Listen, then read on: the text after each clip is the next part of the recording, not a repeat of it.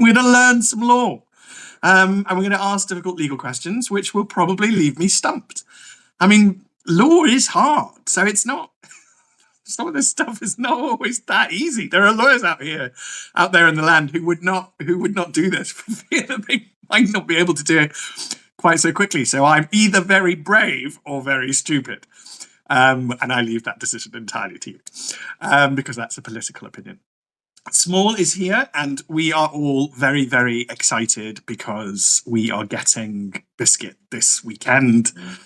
I don't know if people followed this story at all, but Judy has had Judy's Belle, who's a dog I'm very close to. So the minute I arrive, if I say something, like people are taking coats or whatever, or getting a drink or whatever, my voice is then out, and then Belle immediately comes and finds me and comes and gives me a hug. So I've always adored Belle. Belle's the one that Small Person was under the table. We went for lunch at Judy's and Small just disappeared. And she was literally under the table with the puppy. But it's a nightmare. But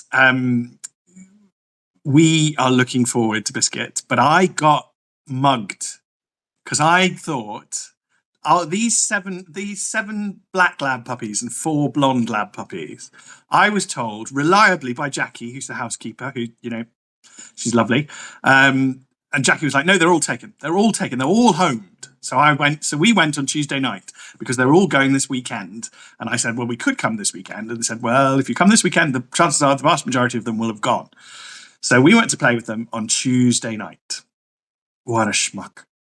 And I'm like, they're all taken. They're all gone. That's fine. So Small obviously falls in love with the 11 Labrador puppies and has a fantastic time with them. And they are adorable and cute. I was much more fond of one of the black lab puppies, but Small fell in love with one. And then I realized Small was being encouraged to fall in love with one. So my suspicions were raised. But then it turns out that Judy has very strong views that Bella, our dog, should not be on her own, and that Judy was going to keep one of the puppies. And therefore, Judy has heroically sacrificed this puppy for Small Person so that Bella can have a friend and Small Person can have a puppy, just in time for Small's birthday next month. I was played. Yep, Sarah, I was played. I was a schmuck. I walked right into that one, didn't I? Walked right into it, mates.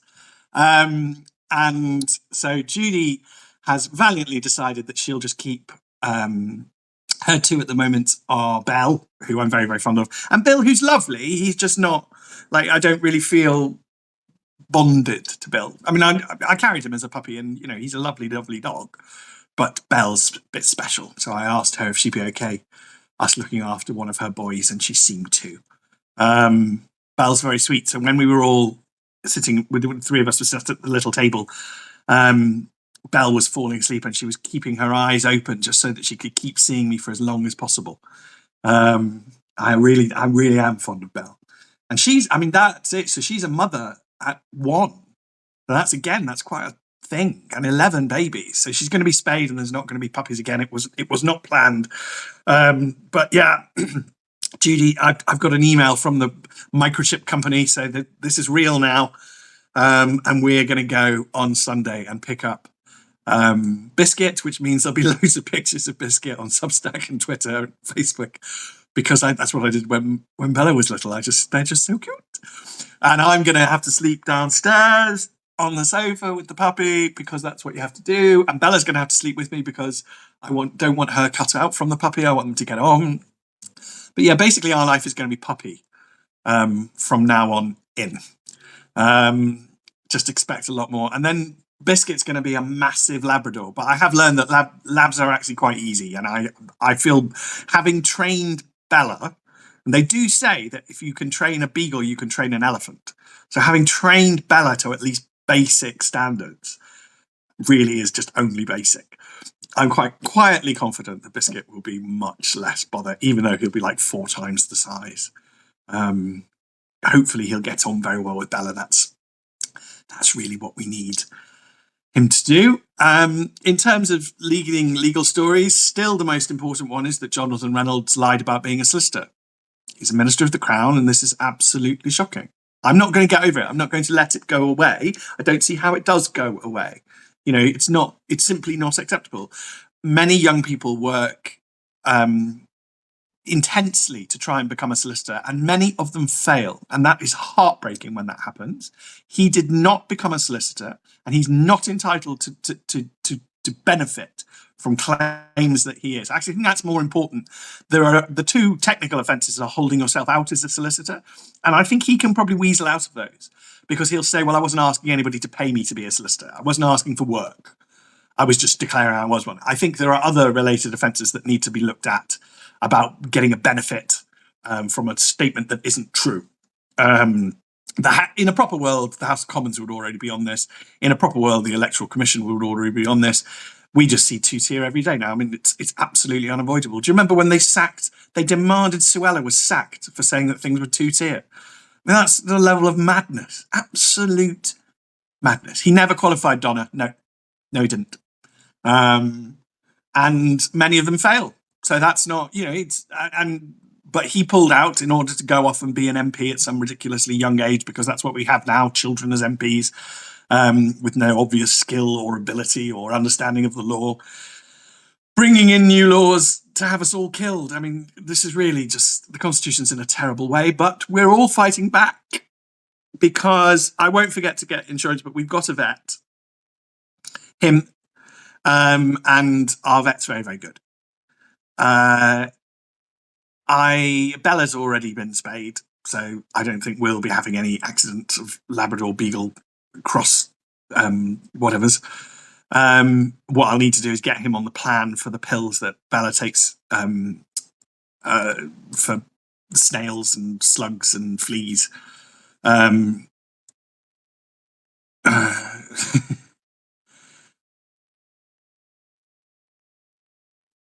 Judy's dealing with jabs for everybody, so everybody's going to get a jabbed puppy. So that's all been dealt with. Jackie's been looking after them. She's hilarious because she calls them the little terrors, but she obviously adores all of them. And she literally lets them walk around chewing on her coat, and she pulls them because they like it, and she'll pull a big bunch of them while they're all biting on her coat so that they hold on while she pulls them across the room. Jackie is a total softie. And these little babies have been very well cared for, and Judy is doing all the stuff, and then we will go to our vets ASAP. I've got puppy food in, got puppy toys coming. I mean, this is not my first rodeo. So we did. I did all of this with Bella. Oh, Sarah, I'm so happy. But you do need a new puppy. I mean, so Judy always says that Boris, who was one of her golden labs, was the dog that she bonded with the most. And when Boris looked on his last legs and Belle was dying, that's Belle as just don't worry, there's two Bells. The older Belle Senior, that's how the Romans used to do it. But Judy got and wasn't going to have puppies, and it was a very bad idea because the house just got quiet. There's still parties, but sort of quiet. Having puppies around, we were all supposed to. I can't remember what it was. Was it? I think it was the nativity this year. Judy normally does a nativity where Santa and the angel Gabriel arrive by steam train, because why not? And we came because we didn't know it had been cancelled, because we're not on the local WhatsApp group, because we don't live in that village. But Judy always assumes that we live in that village, and therefore we're on the local WhatsApp group. So it was actually cancelled, but we went along anyway. A number of people went along anyway, and we all had an impromptu party in the house. And basically, we spent the entire evening watching all the dogs, because a load of dogs had just been brought, and there was just a house full of dogs. They fill a house with life. They really do. I mean, I'm naturally a cat person, but even I would concede that dogs do fill a house with just life and excitement. Right, we're supposed to be answering questions on the law. Right. Alan, who is new to the group. So hello, Alan. And we've had lots of new joiners, and we're nearly at 2,000 subscribers, so that is great. And a huge thank you to all the paid subscribers. You keep the place going. You are the backbone. You can feel smug. You are the best.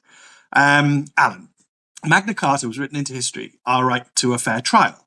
Can we not take the government to task over their very obviously ignoring this right, Stephen? I don't know which one you mean. We generally do try and uphold the right to a fair trial. It's also in the European Convention on Human Rights. So Alan, could you be more specific? And then I'll deal with that, whatever the specific one is. I also want people to request articles because that's been very helpful. So feel free to put in an article request if that would be easier, or I can do it again by a live Substack. Also, on Magna Carta, I deal with it in episode 1 and episode 2 of Your Constitution podcast, because there isn't much of it left, which is why it's mainly an American thing to get very dewy-eyed about Magna Carta. We repealed most of it. It's not our most important constitutional document.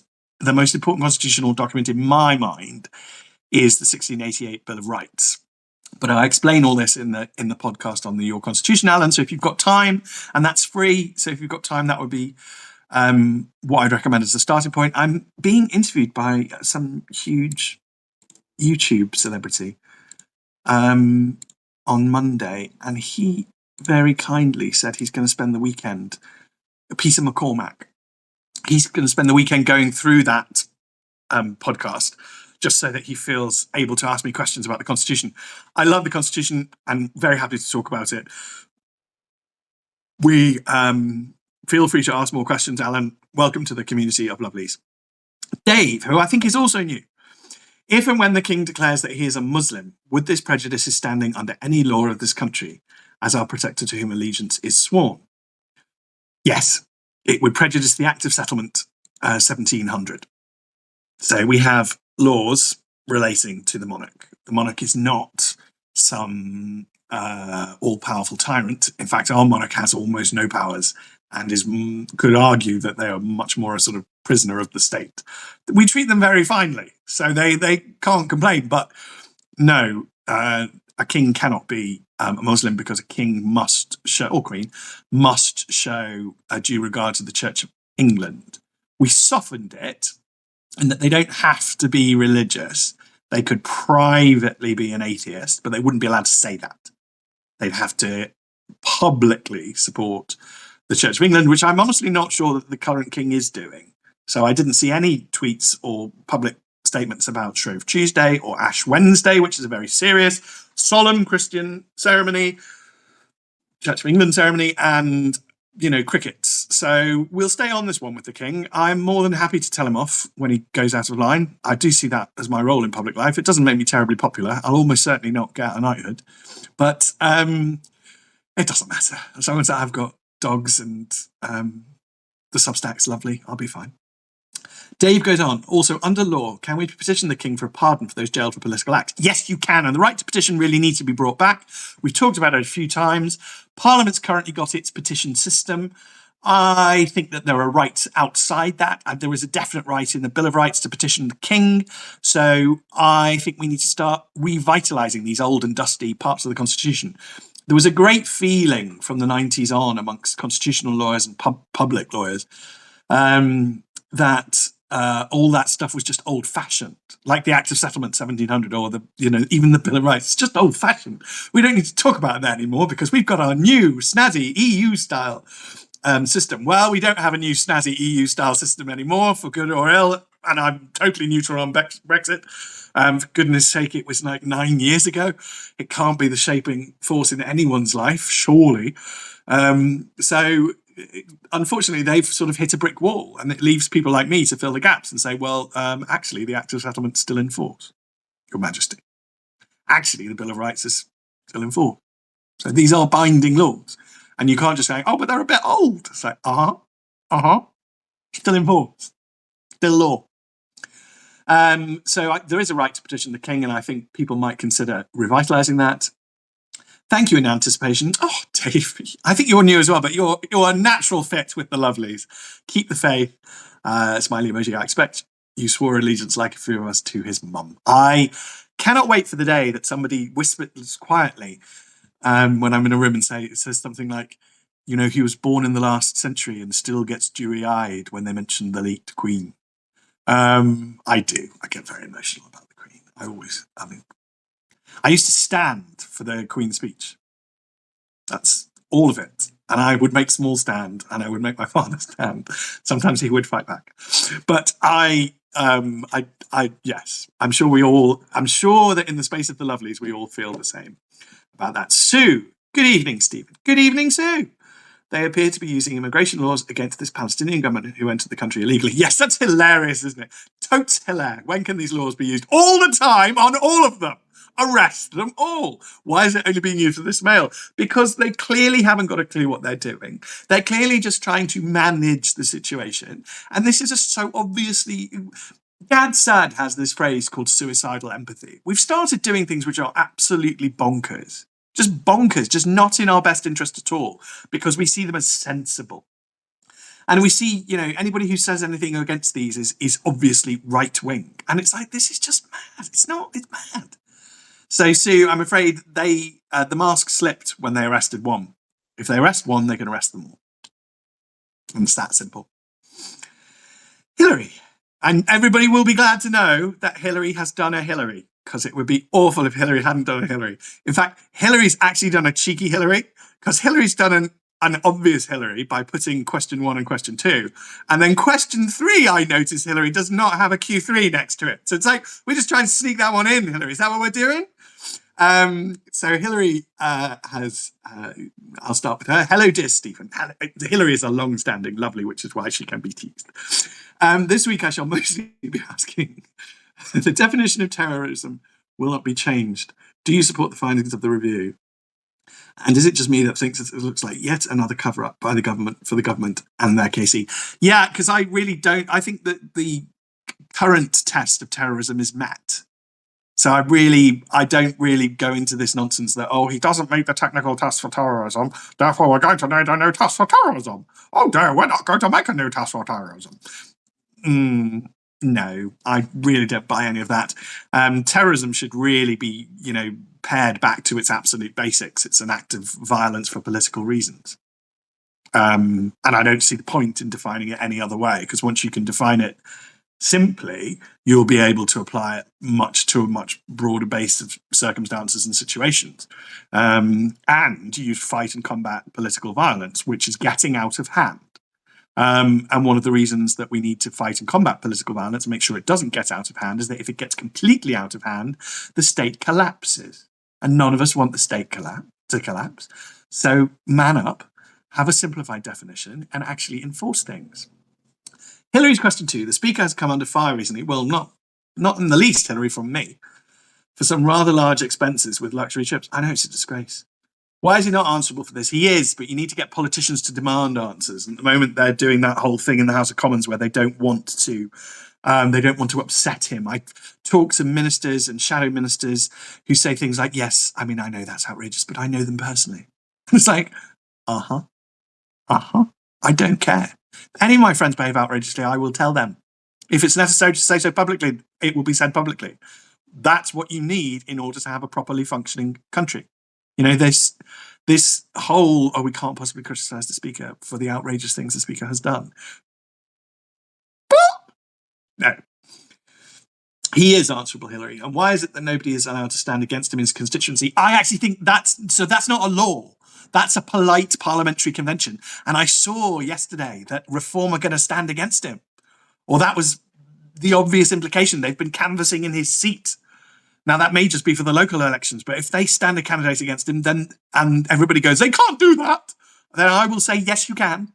And you can stand candidates against him. By convention, by politeness, we do not stand a candidate against the Speaker. But that system was always voluntary, and it can always change. And if you get a bad Speaker, how else are you going to get rid of them? You can't just go, we can't stand a candidate against the Speaker because they're the Speaker. Yes, but just imagine a much worse Speaker than that. A Speaker who was openly murdering babies. You'd be like, I think we'll stand a candidate against this guy. So it's one of the mechanisms for making things accountable. It's one of the reasons I always tease Peter Hennessy, who's a constitutional historian, because he gets very sad and dewy-eyed about what he calls the good chap constitution. And it's like, well, actually, you need the good chapness. You can get trapped in it. It can be a rod for your own back. The good chap wouldn't stand against the speaker. No, but if you've got an awful speaker, then you don't need a good chap. You need a tough chap who's going to deal with it. You know, different times called for different levels of things. Sometimes peaceful times call for good chaps. Difficult times call for tough men. Also, what the heck are we doing with Islamic Mufti taking the helm of Ofsted for a temporary period? He's already on board of Ofsted. There's no way the man is keeping his religion out of education. We walking eyes wide open to Islamification of the country. Hillary, that is a question. That is a question. Question. I don't I don't know much about him, but I think we should be looking again at making sure that whilst all faiths are taught, they are all taught equally and all are given due regard. There are laws against politicizing education, which I'd rather we enforced than we got terribly worried about somebody doing a job for 5 months. But at the same time, I can understand why people don't necessarily want religious leaders in senior positions in education. Unless, of course, for religious schools, but that's a choice that parents make. And that's not, and Ofsted has to be for everybody. Ali very cheekily asks, aha, is Nigel the problem? Ali, that is not a legal question. You're trying to drag me into politics. I have tried to stay out of this because I don't think I have a place. As a lawyer, I don't think there's a place. I'm going to come back to reform if you'll forgive me, Ali. So I will answer a bit of the question. But is Nigel the problem? I mean, that's just not for me. This is for you and how all things go. What I would say is that I would like some sort of peace to break out widely across the political spectrum, because there's no point one side taking chunks out of itself all the time whilst the other side is completely incompetent. And that just leaves nobody to look after the country. That's a bit like, one of the parents becoming a heroin addict while the other one decides to go and party all night and sing karaoke.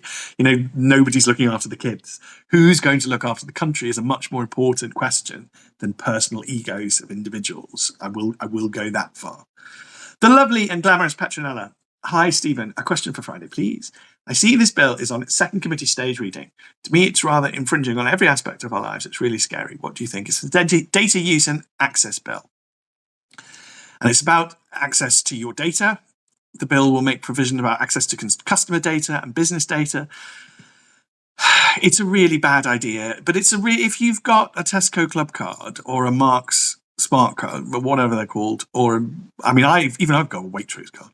I don't use it, obviously, but then you're part of the problem because you're buying into the system. And I know Morrison's is really ramping it up. They're like, join our spying syndicate and you'll get free food. And it's like, no, this is really bad. We need to, at some point, push back against this. What's happening is that if you create systems dependent upon alleged independent experts keeping you all safe at night, you will gradually become unsafe at night because those experts will become flabby, fat and lazy. They have no genuine interest in doing their job. That's the information question. So we aren't really protecting people's data, and things have got absolutely worse ever since we created the GDPR regulatory framework. And I now get spammed by companies I haven't heard from for like 20 years. If anybody remembers my cat Freya, I used to order online from a German pet food company. This is decades ago, and they've now restarted spamming me because, GDPR is basically collapsing and the regulatory system is basically collapsing. I don't really understand what our leadership and elite, corporate and political elite think they're going to achieve with all this data. I personally randomly throw spanners into the works by claiming to be an age that I'm not, or, claiming to live somewhere I don't live, because I don't see what obligation I have to provide truthful information. And I don't want to be spied on. I don't want a smart meter, and I haven't got one. We are going to have to, at some point, push back against all this. So what I will do, because it's you, Petronella, is I will look at the bill and think if I can do a long form article on it to set it out more clearly. And then I'll try and track down one of the I find personally, just so you know, I want everybody engaging with their MP. That is hugely important. So what Hillary does, what Denise does, these are hugely important things we must do. That's absolutely right. Everybody must do that. For new people, that means what we're talking about is you find some friends locally in the constituency and then try and meet your MP. If you can't meet your MP, write en masse to your MP and say, we're all concerned about this. It will scare your MP. Groups of voters scare MPs. That's how it should be. That's a good functioning part of the Constitution. But groups of voters scare MPs. So get onto your MPs. What I do often is try and find a good member of the House of Lords who will be useful. So I'll have a look at this bill, and then I might try and find one of the nice members of the House of Lords who'll actually, make a fuss about this. But we can't be spied on forever. It's part of the infantilization. It's part of treating us all like children. It's part of this corporate socialist state that we're living in. It's like all socialisms, it will fail. So it's just doomed. But it will believe it's terribly clever. And for you, Petronella, I shall look into it. Catmint. Mine's more of a comment this week. Okay. I see the Honourable Mr. Justice Goose, our hero. He is. Thought is him. Be more goose is what we should say to every judge. Was part of overturning the Sarah Sharif appeal. Was he? Actually, I didn't see that. I saw it was the Lady Chief Justice, and to her credit, because I sometimes I'm probably going to have to tell, she's doing a speech on the 20th. She's almost certainly going to step over the line and say something political, and I'm almost certainly going to have to tell her off. But I was terribly proud of her for this. Catman says, hip, hip, hooray for another win for justice and sensible law. It was. And let's not forget that what happened to Sarah Sharif was absolutely sick. And if I could protect that little girl somehow, I mean, I know we all would. That's what we do. And, the horrors that happened to her, good. I hope they never get out. Absolutely disgraceful. Right. Jane, I wonder about the differences in the way the political parties are set up. So this is it. We're coming back, Ali, to the Reform. Reform is a limited company with two directors, Nigel Farage and Zia Yusuf. Although members pay £25 a year, it seems they have no rights except to cancel membership. How does this differ from other political parties? I can see why Nigel has done it, but it's not democratic. Comment. It's not democratic. So if Nigel were here, I could say that. That's not an insult. I'm not being rude to you. That's not democratic. That said, sometimes you might want non-democratic models. Nigel has a lot of experience of start-up political parties in a way that most of us don't. So it's quite, in Nigel's defense, I'd highlight that he clearly has thought this through. He clearly has been through lots of teething troubles in UKIP and then the Brexit Party. So when he came to set up Reform, I don't think he did it like an amateur. So I'm not sure that all of this control is necessarily bad. I'm sure he can justify it. What he shouldn't do and what nobody should do is sort of promise to democratise and then not democratise, because that's just very disappointing. That would be a very disappointing scenario. If he wants to democratise, many of us can help. I wouldn't actually say that the democratic constitutions of the parties who are democratic are working necessarily well. The Labour constitution is unbelievably slow, grindy and messy, and has, I think, now basically been supplanted by the leader's office. So I think it is largely for show. The Conservative constitution is very badly written, very unclear, and therefore deeply open to subjectiveness, and I'm not convinced it's being applied consistently. This is an area of law I work in, and there are legal challenges ongoing. The most recent one was to the Lib Dems. The courts don't want to go anywhere near this, but they're going to end up dragged in because they basically have to now. I wish we could go back to political parties just being private members clubs, and then the court saying, well, we don't regulate private members clubs, and then you wouldn't have any of these arguments and fights and bother. You would control things through a political process. And this is a message we keep returning back to.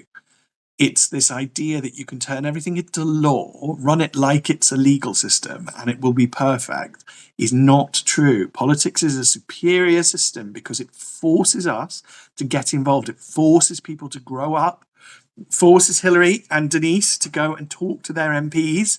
It forces us all to go and talk to our MPs. That's the system we are fighting for. If you believe in democracy, you will get involved in democracy.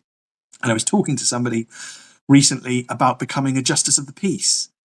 And I really was persuading them to do it. Absolutely do it. Of course, become a magistrate. Of course you would. Of course you serve. Of course you volunteer. We must all get back to volunteering. It wasn't an accident that our constitution was framed this way. When all this came about, we were the richest we'd ever been. So if we'd wanted to, we could have paid servants to do it all for us, which is effectively what so-called experts are. I mean, you know, if you call somebody an expert in something, it's a flattering way of telling them that please do this job for money. I mean, they don't do it for free, do they? So, and any job is a job. That's, you know, it wouldn't, if it was pleasant, they wouldn't have to pay you. So when we were at our richest, we decided that we would be structured as a voluntary state. And that's a really important message to take away. And Tony Blair's idea that the experts will do it all for you is clearly fraud. It's just not true. It's not proven right. We must go back to volunteering. Right. I'm going to have a quick look and see. You've all been chatting. I don't know why everybody chats in the chat because I basically can't see it because it's like this tiny little thing. I squint like an old man.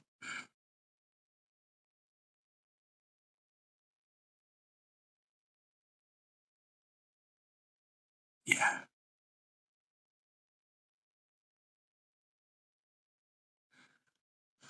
I can take a look at reform, but I mean, I don't want to because I don't necessarily want to get too involved. I think my role is really to stay in the law. Kate, that is the most hilarious. Kate got a smart meter because she doesn't like the spiders in the meter cupboard, which actually, I mean, that is actually the only good reason, Kate. That's hilarious. Denise and Alan. That's Alan. I hope you think I wasn't rude about your question. Everybody's worried about Sarah Shaheed. Of course you are. Baroness Claire Fox. I know. I can always ask her. She's really good on free speech. So is Toby Young, though. Got Toby in the house now. Helpful at the moment to help support the GP surgery from closing. Well, that's good, Sarah. There's no, so I tweeted about this, but I'm on a parish council where we don't affiliate. And I've been friendly with this guy for years because he's really good and he loves the area. And it was his last parish council last night. And I reached over and shook his hands and congratulations. And we all clapped him. It was lovely. And he just said, you know, I'm Labour. And it's just like, I don't care. You're really good for the place. You're a good man. And he would have carried on doing it, but his eyes have gone and he can't drive at night and council meetings are, 7:30. So just a good man. Yeah, good, Sarah. There's nothing wrong. A Labour MP can do something good. And lots of them can. In fact, one of them voted against the farm tax. Hero. We need Labour MPs to find... If Labour MPs found a spine, the Constitution would reassert itself. No one actually likes the bollard. You can't be a Labour MP and genuinely think that the bollard is competent. You can't genuinely believe the Chancellor knows what she's doing. You cannot genuinely believe that Ed Miliband is not a joke. I challenge anybody to straight-faced say that they genuinely believed all these things. Angela Rayner could do it because she's a very talented politician, but she wouldn't mean it. No smart meter for Catmint. Agree. Yeah, and this is why I'm going to stay neutral on it. There's no point. There's no benefit. Stephen wading in and mouthing off. I do the law. 29th.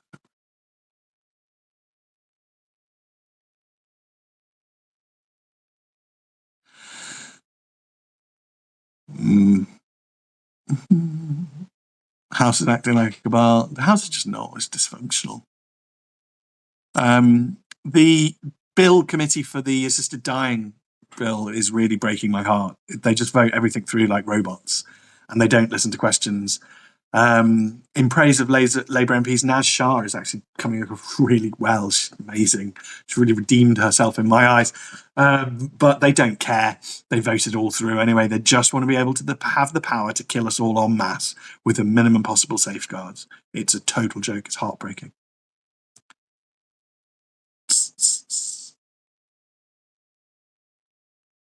Yeah, a good MP is a good MP, Hillary.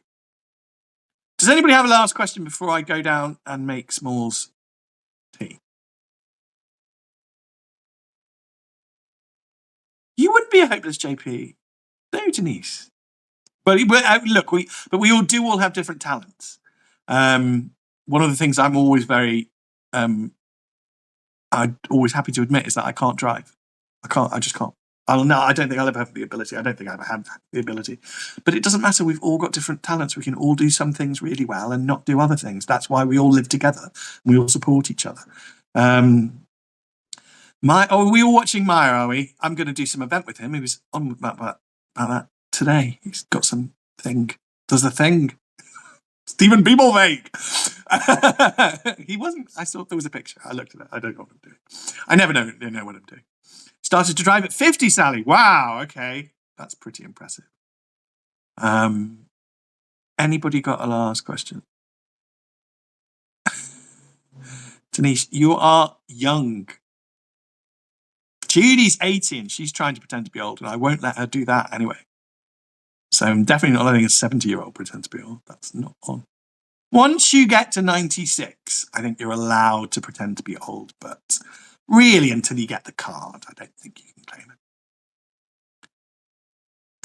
Can't see a question. So I'm going to go and make the small person a tea. And, Marie, that's nice.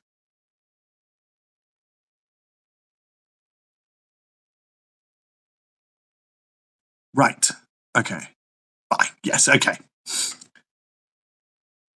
I don't look like a rock star, David. I look like a middle-aged man who grew his hair to please his child. Have a lovely weekend, everybody. Bye.